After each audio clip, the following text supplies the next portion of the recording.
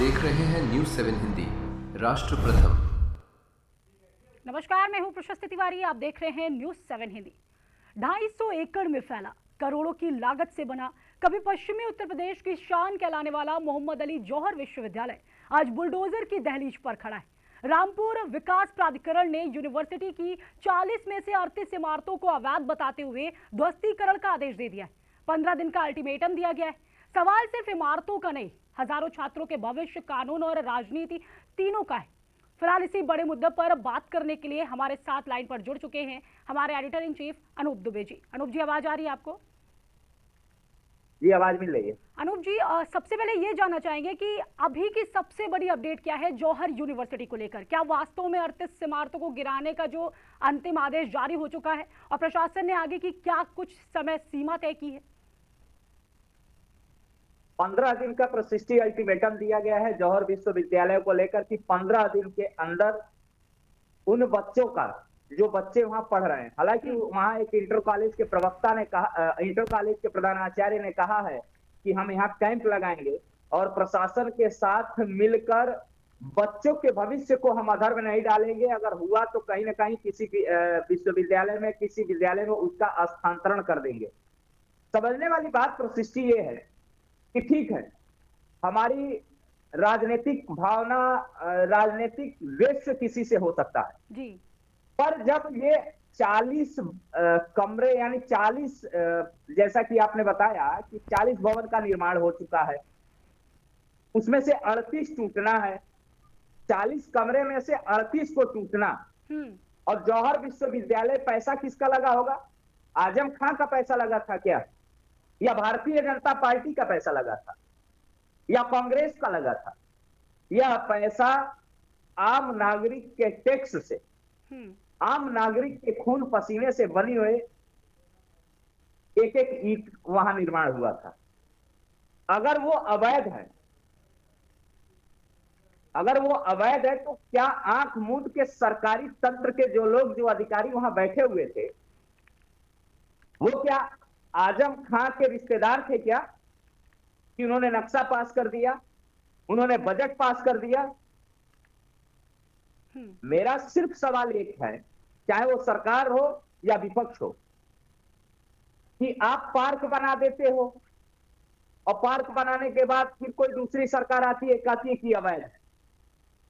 आप कोई विद्यालय खोल दे रहे हो, कोई हॉस्पिटल खोल दे रहे हो, उसके बाद दूसरी सरकार आती, कहती अवैध है। क्या ये हर सरकारों में यही चलता रहेगा?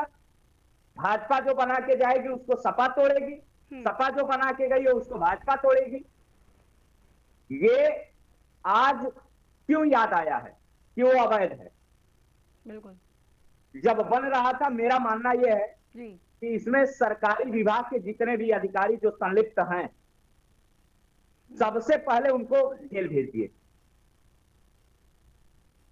वो आज उनकी नींद खुली है कि ये अवैध है। जब सपा सरकार में वो बन रहा था तो सरकारी लोगों को जाके आजम खां को बताना चाहिए ना कि ये अवैध है, माननीय मंत्री जी, इस पे नहीं बन सकता है। या जो अधिकारी है उनकी हिम्मत नहीं पड़ रही होगी कि आजम खां को जाके बताएं। आजम खां के हनक पे वो विश्वविद्यालय खुल गया, विश्वविद्यालय बन गया, और आज हजारों की संख्या में बच्चों का भविष्य अधर में है। आप कह रहे हो एडजस्ट करेंगे, किस बात का एडजस्ट करोगे भाई? प्रशिष्टि। बिल्कुल। अनूप जी, प्रशासन का एक तरफ कहना है कि सिर्फ मेडिकल कॉलेज और एक अकादमिक ब्लॉक का नक्शा पास था। आखिर ये जो बाकी की 38 इमारतें हैं, इनको अवैध घोषित करने का आधार क्या है फिर? मैंने यही तो आपको बताया कि अगर जितने का नक्शा पास था उससे अधिक बन कैसे गया? अगर वो बन गया तो इन 9 सालों में भारतीय जनता पार्टी सरकार को याद आया कि अब उसको ध्वस्त कर देना चाहिए। यहां तो स्थिति यह है कि वैसे भी युवा लाठी खाने के लिए है भारत में। या तो किसी नेताजी के स्कॉर्पियो फॉर्च्यूनर में बैठ के वो जय जयकार करे, या वो लाठी खाए।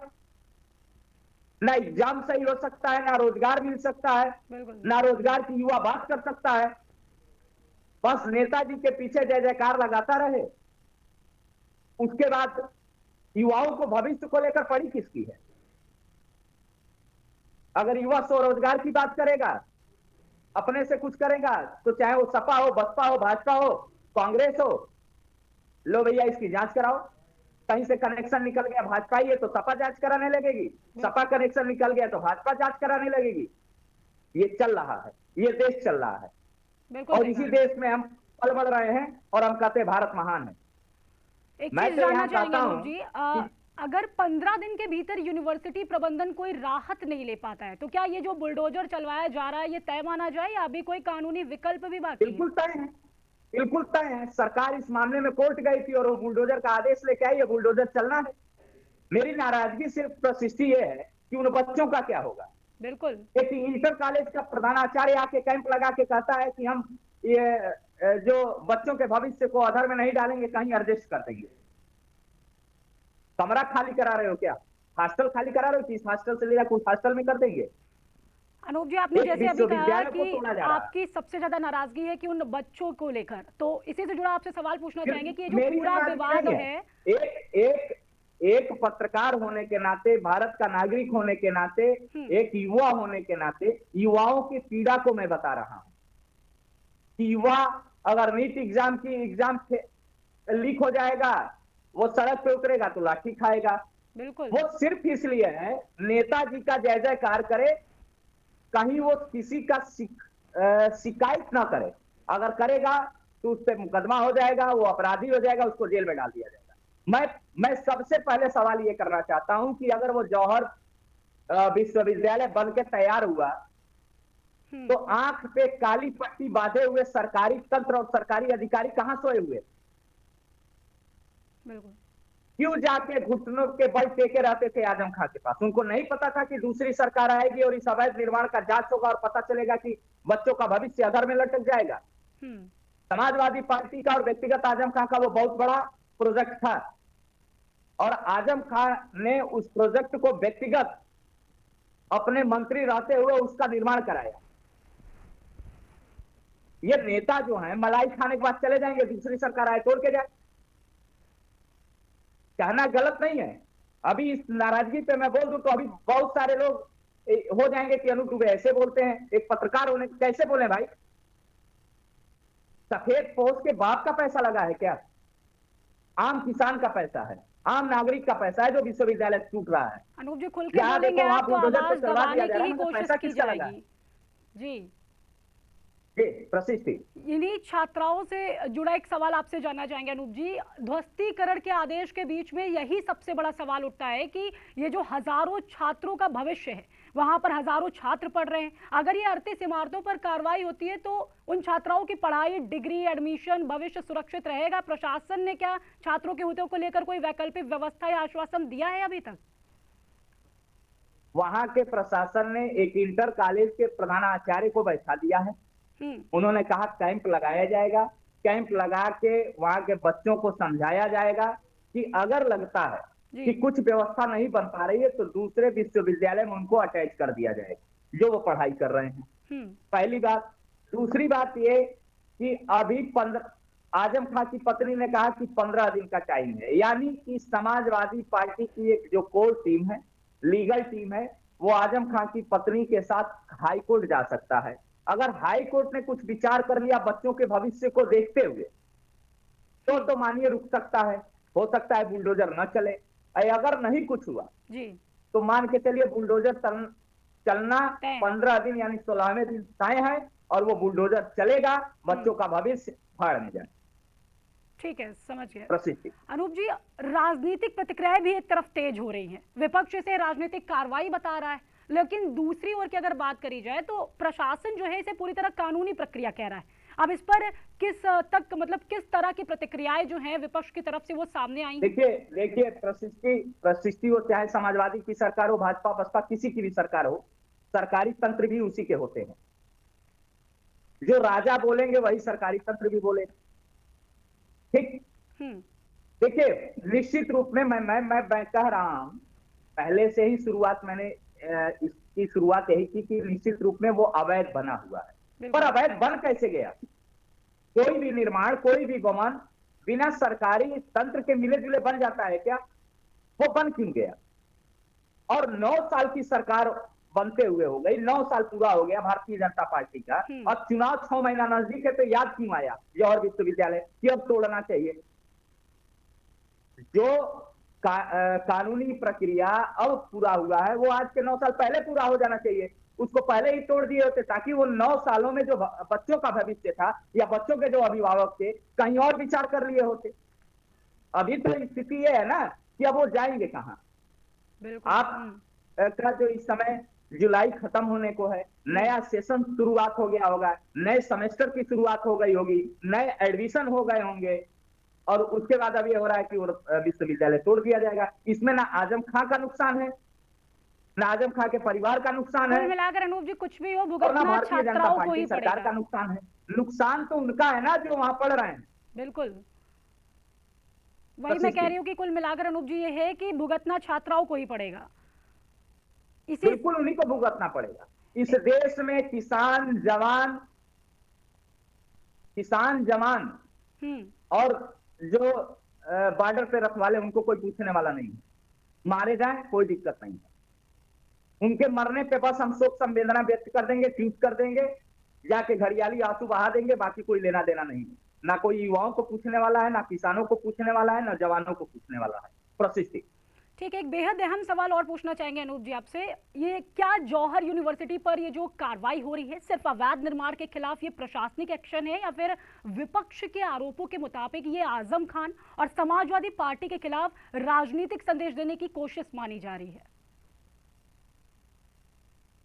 देखिए, कहीं न कहीं एक राजनीतिक संदेश तो हो ही सकता है। भारतीय जनता पार्टी और सपा में खींचातानी तो है ये है जी, मगर अगर अवैध बना है तो निश्चित रूप में बुलडोजर भी चलेगा, इसमें हम रोक भी नहीं सकते हैं। मगर मेरी शिकायत सिर्फ ये है कि अवैध आज नहीं बना है। बिल्कुल, जब बन जो रहा सरकार की नींद आज खुली है या सरकारी तंत्र की नींद आज वो जागे हैं, तो वो आज का नहीं है। वो आज 12-14 साल पुराना यूनिवर्सिटी है, और उसको अब याद आ रहा है कि भाई साहब अब इसको तोड़ना चाहिए, क्योंकि 38 कमरे वहां अवैध है, 38 क्लासरूम वहां अवैध है। देखो, प्रशिष्टि ऐसा है ना, इसमें उत्तर प्रदेश के मुखिया का कोई दोष नहीं है। वो व्यक्तिगत अपने गाइडलाइन पे काम करते हैं, जो सरकार की गाइडलाइन है, सरकारी गाइडलाइन है। जहां अवैध है वहां चाहते हैं कि क्लीन करा के वहां सरकार की कुछ अच्छी योजनाओं को वहां लाया जाए। मगर पूर्ववर्ती सरकारों में जो सरकारी अधिकारी होते हैं ना, ये जो होते हैं, इनको मलाई खाने की आदत पड़ी रहती है हर सरकारों में। सपा सरकार में आजम खां से वो मलाई खाए होंगे, अब इस सरकार में जिसकी मलाई खाएंगे उनकी जय जय बोलेंगे। तो ये देखो, ये सुधारने वाले नहीं है। मुझे लगता है कि इस पे कोर्ट को सख्त रुख अख्तियार करना चाहिए, क्योंकि ये बच्चों के भविष्य का सवाल है। किसी यूनिवर्सिटी और किसी व्यक्ति विशेष का, वो व्यक्ति विशेष आजम खां की यूनिवर्सिटी नहीं है, वो आम जनता की है, जिसने अपने खून पसीने के टैक्स जो पैसा जमा किए हैं, पैसा देते हैं भारत सरकार को, उससे कोई निर्माण कार्य होता है। ये सफेद पोष के लोगों से नहीं होता है। तो मुझे लगता है कि इस तरीके के निर्माण पे हमेशा ध्यान देना चाहिए। चाहे भारतीय जनता पार्टी ही क्यों ना कोई निर्माण कर रही हो, तो सबसे पहले ये ध्यान देना चाहिए कि वैध है, अवैध है, कहीं ऐसा तो नहीं कि दूसरी सरकार आके यहाँ भी बुलडोजर चलवा देगी। प्रशिष्टि ठीक है अनूप जी, बहुत बहुत शुक्रिया आपका जानकारी के लिए। फिलहाल सबसे बड़ा सवाल ये है कि क्या 250 एकड़ में फैले आजम खान के ड्रीम प्रोजेक्ट पर सचमुच बुलडोजर चलेगा, या फिर अदालत से कोई राहत मिलेगी? आने वाले 15 दिन सिर्फ जौहर यूनिवर्सिटी ही नहीं बल्कि हजारों छात्रों के भविष्य और इस पूरे विवाद की दिशा तय करेंगे। फिलहाल के लिए इतना ही। इस बड़ी खबर पर हमारी लगातार नजर बनी हुई है। HERO hero. पापा, ये हीरोज कौन होते हैं? हीरोज हर जगह होते हैं, फिल्मों में, फिल्मों के बाहर भी। और ये हीरोज दिखते कैसे हैं? हीरोज सबसे अलग होते हैं, लेकिन अलग दिखते नहीं। हीरो टॉल होते हैं कि शॉर्ट होते हैं? वो खाना खाते हैं कि नहीं? स्कूल जाते हैं कि नहीं? वो पढ़ाई करते हैं कि नहीं? ये हीरोज भी होमवर्क करते होंगे क्या? वो कुकीज खाते हैं क्या? पापा, ये हीरोज करते क्या है? वो आपके साथ रहते हैं और आपको प्रोटेक्ट करते हैं। फिर तो आप ही मेरे हीरो हुए, क्योंकि आप ही मुझे प्रोटेक्ट करते हो। लेकिन इस घर में एक और हीरो है जो हमेशा आपको सेफ रखता है। मुझे तो कहीं नहीं दिख रहा। हीरोज हमेशा दिखाई दे ये जरूरी नहीं है। वो सिर्फ पर्दे के आगे ही नहीं, दीवारों के पीछे भी। गैलेंट एडवांस टीएमटी सरिया, इसकी ताकत बने घर की ढाल और इसकी फ्लेक्सिबिलिटी रखे घर को सॉलिड सालों साल। गैलेंट एडवांस 500D टीएमटी, निर्माण का रियल हीरो। सॉलिड भी। फ्लेक्सिबिलिटी। गैलेंट